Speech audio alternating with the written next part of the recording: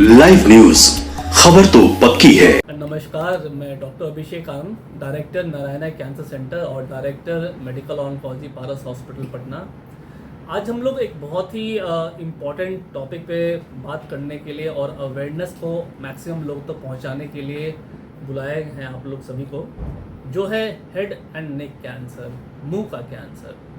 जैसे हम लोग सभी जानते हैं कि इंडिया में मुंह का कैंसर बहुत ही ज़्यादा कॉमन है और ये ज़रूरी है कि हम लोग जागरूकता को अधिकतम लोगों तक पहुंचाएं कि ये मुंह का कैंसर या हेड एंड नेक कैंसर होता कैसे है, कैसे इसे प्रारंभिक दौर में या शुरुआती दौर पे हम लोग पहचानें और क्या इसका ट्रीटमेंट संभव है कि नहीं।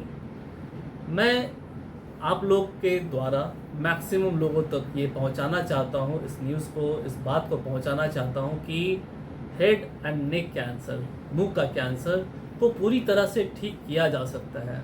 ज़रूरत है जागरूकता की, ज़रूरत है सही समय पे डायग्नोसिस की और ज़रूरत है, सबसे ज़्यादा ज़रूरत है इस बात को जानने के लिए कि ये होता कैसे है।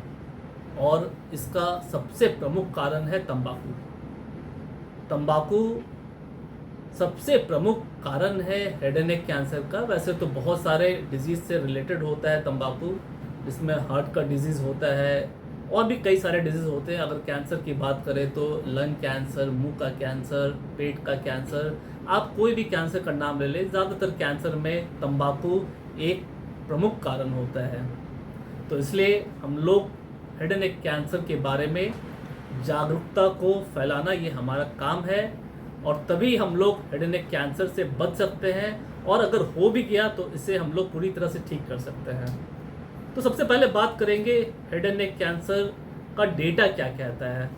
अगर इंडिया में हम लोग बात करें तो लगभग 1,25,000 से ज़्यादा cases head and neck cancer के हर साल डायग्नोज होते हैं। मतलब हर साल 1 लाख से ज़्यादा नए केसेस का डायग्नोसिस हो रहा है हमारे यहाँ पे। और सबसे दुर्भाग्य की बात यह है कि ज़्यादातर पेशेंट जो हेड एंड नेक कैंसर के होते हैं, मुंह के कैंसर के जो होते हैं, बहुत ही एडवांस स्टेज में आते हैं। मतलब पूरा अल्सर हो गया यहाँ पे, जैसे आप लोग सिगरेट के डिब्बे में देखते होंगे फ़ोटोज़, तो उस तरह के केस भी हम लोग देखने में मिलता है। पहले मुझे लगता था कि ये सब तो ऐसे ही फ़ोटो कहीं से ले आया होगा, लेकिन अगर वास्तविक तौर पे देखें, अगर रियलिटी में देखें तो वैसे केसेस भी देखने को मिलते हैं। मतलब सोचिए जागरूकता का कितना अभाव है हमारे देश में कि उतना बढ़ा हुआ कैंसर भी लेके हमारे पास आ रहे हैं फर्स्ट टाइम ट्रीटमेंट कराने के लिए। तो ये आंकड़ा बहुत ही ज़्यादा है और डराने वाला है और इससे बचना ज़रूरी है। तो इसके कारण क्या है? अगर कारण की बात करें, इसके रिस्क फैक्टर्स की बात करें तो लगभग 90% से ज़्यादा हेड एंड नेक के कैंसर जो होते हैं उसमें कहीं ना कहीं आपका तंबाकू का सेवन रहता है। तंबाकू अगर किसी भी रूप में आप ले रहे हैं, चाहे वो बीड़ी हो, सिगरेट हो या फिर गुटखा, खैनी या इस तरह के कुछ भी पदार्थ आप ले रहे हैं, तो ये आपको मुंह का कैंसर करा सकता है। तंबाकू के बारे में हम लोग अगर बात करें तो WHO, वर्ल्ड हेल्थ ऑर्गेनाइजेशन ने बताया है कि ये एक प्रमुख कार्सिनोजन है। एक टर्म यूज़ किया है WHO ने जिसका नाम है, जिसका जो वर्ड है कार्सिनोजन। मतलब अगर ये पदार्थ आपके शरीर के अंदर जाता है तो ये ज़रूर से, कंफर्म रूप से आपके अंदर कैंसर करा सकता है। और इसमें लगभग 70 रसायन ऐसे हैं तंबाकू में जो कि WHO के द्वारा कार्सिनोजन घोषित किए गए हैं। वैसे तो लगभग 7,000 से ज़्यादा केमिकल्स एक तंबाकू में होता है, लेकिन लगभग 70 केमिकल्स को कार्सिनोजन घोषित किया गया है। तो ये ज़रूरी है कि हम लोग तंबाकू के सेवन से बचें। ये ज़रूरी है कि हम लोग इसके लिए अवेयर रहें, जागरूकता को फैलाएं अपने दोस्तों तक, अपने परिवार में। और बहुत सारी जो गवर्नमेंट की पॉलिसीज़ होती है वो भी बहुत ही अहम भूमिका निभाती है एक तंबाकू के यूज़ को रोकने के लिए जनरल पब्लिक में। जैसे आप लोग ग्राफिकल वार्निंग्स देखते हैं तंबाकू के पैकेट में, या फिर ओनली सेल्स टू माइनर्स करके आप लोग देखते होंगे, या फिर कहीं पे अगर मूवी हॉल में सिनेमा देख रहे हैं, अगर तंबाकू का सेवन हो रहा है तो अलग से वार्निंग आ जाता है। तो ये सब कुछ इम्पॉर्टेंट स्टेप्स है जो कि सरकार के द्वारा लिया गया है तंबाकू के सेवन को रोकने के लिए। फिर बात करते हैं कि दूसरा क्या प्रमुख कारण है। तो आजकल अगर हम लोग बात करें ओरोफैरिंजियल कैंसर की, जो कि गले और मुंह के बीच का कैंसर होता है, तो उसमें HPV ह्यूमन पैपिलोमा वायरस एक तरह का वायरस है जो आजकल प्रमुख कारण है ओरोफैरिंजियल कैंसर का। इसके साथ नेजोफैरिंजियल कैंसर में भी एप्स्टीन बार वायरस का भी हम लोग देखते हैं कि एक रिस्क फैक्टर है। तो इस तरह से कुछ इम्पॉर्टेंट रिस्क फैक्टर है जिससे बचा जा सकता है, और उससे बचते हैं अगर हम लोग उसको अपने अंदर आने से रोकते हैं तो मुंह के कैंसर से पूरी तरह से बच सकते हैं। फिर दूसरी बात ये होती है कि कैंसर अगर होता है मुंह का तो क्या साइन एंड सिम्टम्स होता है, प्रारंभिक लक्षण क्या होता है। तो ज़्यादातर मरीज जो होते हैं वो हमारे पास एक मुंह का स्वेलिंग, मुंह में सूजन लेके आते हैं, या फिर कहीं अल्सरेशन, कहीं घाव हो गया जो कि हील नहीं कर रहा है, भर नहीं रहा है, उस तरह से प्रेजेंट करते हैं, या गर्दन में आपका गांठ हो रखा है उस तरह से प्रेजेंट कर सकते हैं, या फिर जो डेंचर कोई जो होते हैं वृद्ध अवस्था के लोग 50 साल 60 साल के, तो उन लोग को डेंचर लगा रहता है या फिर दांत नकली लगा रहता है, तो वो प्रॉपर तरीके से अगर फिट नहीं हो रहा है, तो ये सब कॉमन साइन एंड सिम्टम्स है जिसको लेके एक हेड एंड नेक कैंसर का मरीज प्रेजेंट कर सकता है। फिर बात उठती है कि डायग्नोसिस की। तो डायग्नोसिस एक बहुत ही अहम भूमिका निभाती है इस बात को लेके कि डायग्नोसिस पे ही सब चीज़ निर्भर करता है कि पेशेंट का ट्रीटमेंट कैसे होगा।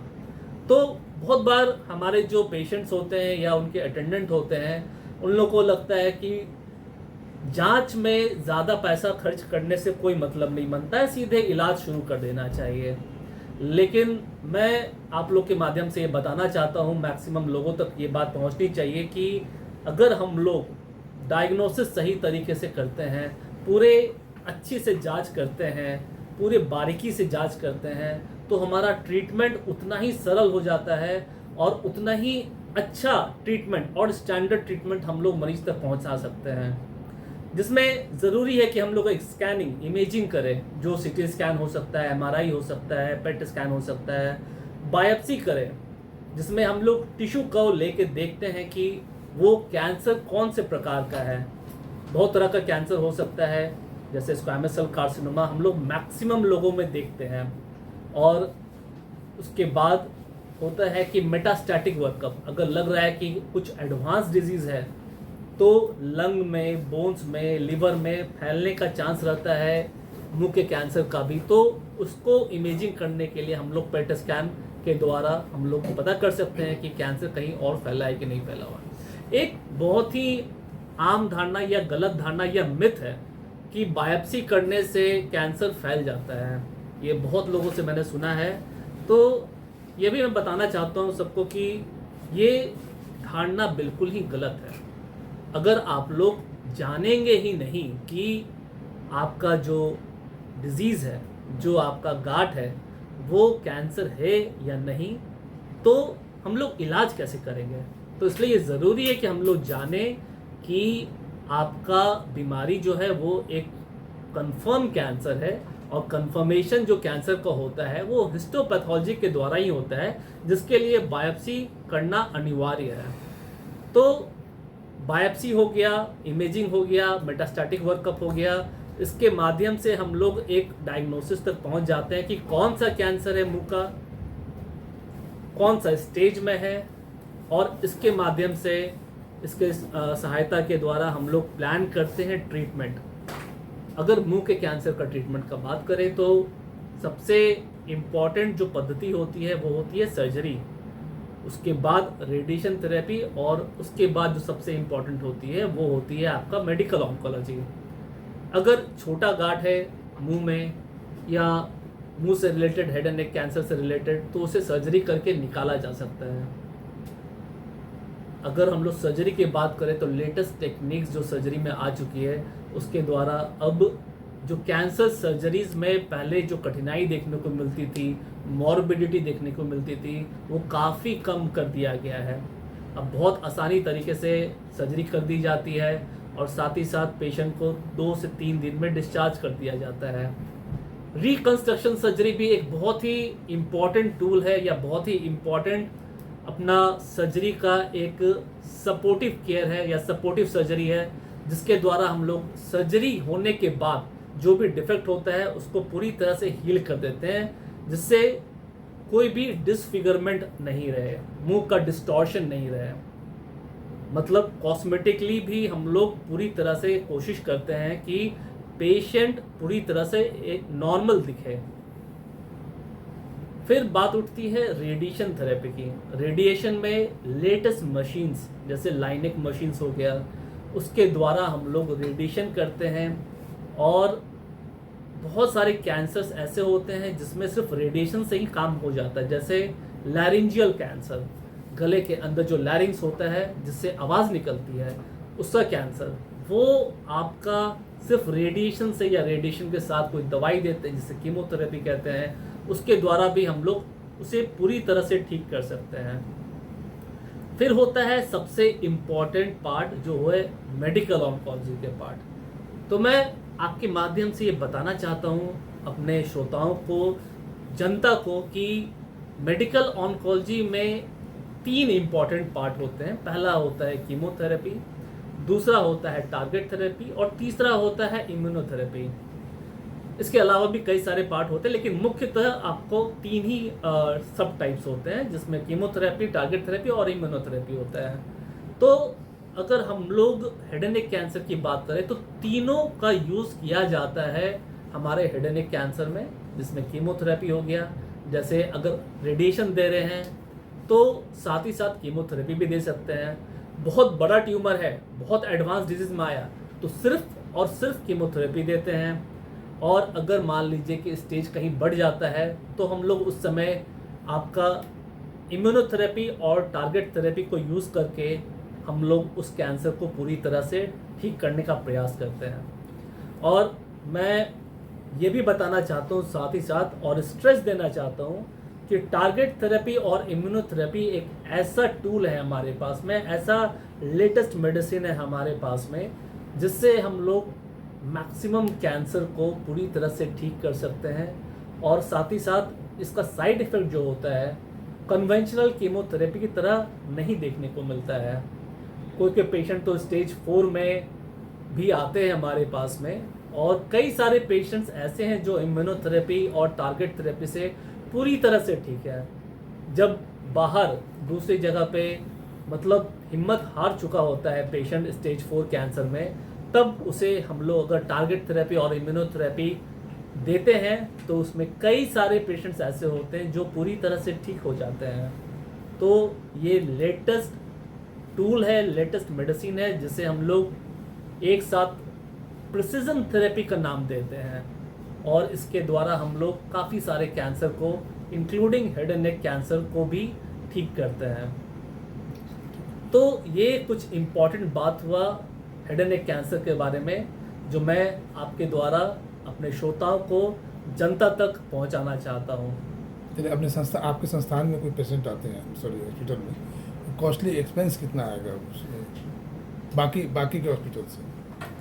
मैं बताना चाहता हूं कि नारायणा कैंसर सेंटर में हर तरह की सुविधा उपलब्ध है, जिसमें मेडिकल ऑन्कोलॉजी का पार्ट है, जिसमें कीमोथेरेपी, इम्यूनोथेरेपी और टारगेट थेरेपी का यूज़ किया जाता है। डेडिकेटेड सर्जिकल ऑन्कोलॉजी का पार्ट है, जिसमें लेटेस्ट मॉड्यूलर ओटी के साथ हम लोग सर्जरी कहते हैं, और लेटेस्ट टेक्निक्स और लेटेस्ट मशीन्स हमारे पास में अवेलेबल हैं। और रेडिएशन ऑन्कोलॉजी का भी हम लोग प्रॉपर कंसल्टेशन देते हैं। और सबसे इम्पॉर्टेंट, डायग्नोसिस करने के लिए एक डेडिकेटेड ऑन्कोपैथोलॉजी लैब है, जिसमें हम लोग सबसे क्विक और सबसे सटीक डायग्नोसिस करने की क्षमता रखते हैं। और साथ ही साथ मैं बताना चाहूँगा, ऑन्कोपैथोलॉजी एक ऐसा पार्ट है जो डिसाइड करता है कि आपका ट्रीटमेंट कैसे होगा और कितना सटीक होगा। साथ ही साथ आयुष्मान भारत से हमारा टाइप है, जिसके तहत हम लोग सारे आयुष्मान धारक और आयुष्मान कार्ड होल्डर्स को हम लोग 5 लाख तक की मुफ्त ट्रीटमेंट देते हैं एक साल में। और साथ ही साथ मैं ये बताना चाहता हूँ कि जो आयुष्मान कार्ड धारक लोग होते हैं उनको मैं बताना चाहता हूँ कि मैक्सिमम कैंसर को हम लोग अगर देखें तो एक साल के अंदर अगर 5 लाख की राशि मिलती है तो उसमें पूरी तरह से ट्रीटमेंट किया जा सकता है। कोई ऐसा कैंसर नहीं है जिसको हम लोग पूरी ट्रीटमेंट देने में सक्षम ना हो। तो ये एक बहुत ही अच्छा पहल है सरकार के द्वारा, जिससे हम लोग गरीब पेशेंट्स को भी एक स्टैंडर्ड ट्रीटमेंट दे सकते हैं अब। और हमारा जो हॉस्पिटल है NABH के मानक पे और साथ ही साथ QCI के मानक पे भी है और सर्टिफाइड है। तो एक proper dedicated comprehensive cancer centre के तौर पे हम काम कर रहे हैं, नारायणा कैंसर सेंटर, और जिसका मैं खुद डायरेक्टर हूँ। और साथ ही साथ मैं पारस हॉस्पिटल से भी अटैच हूँ, जहाँ पे हम अभी वहाँ पे डायरेक्टर हैं मेडिकल ऑन्कोलॉजी पार्ट के। लाइव न्यूज, खबर तो पक्की है।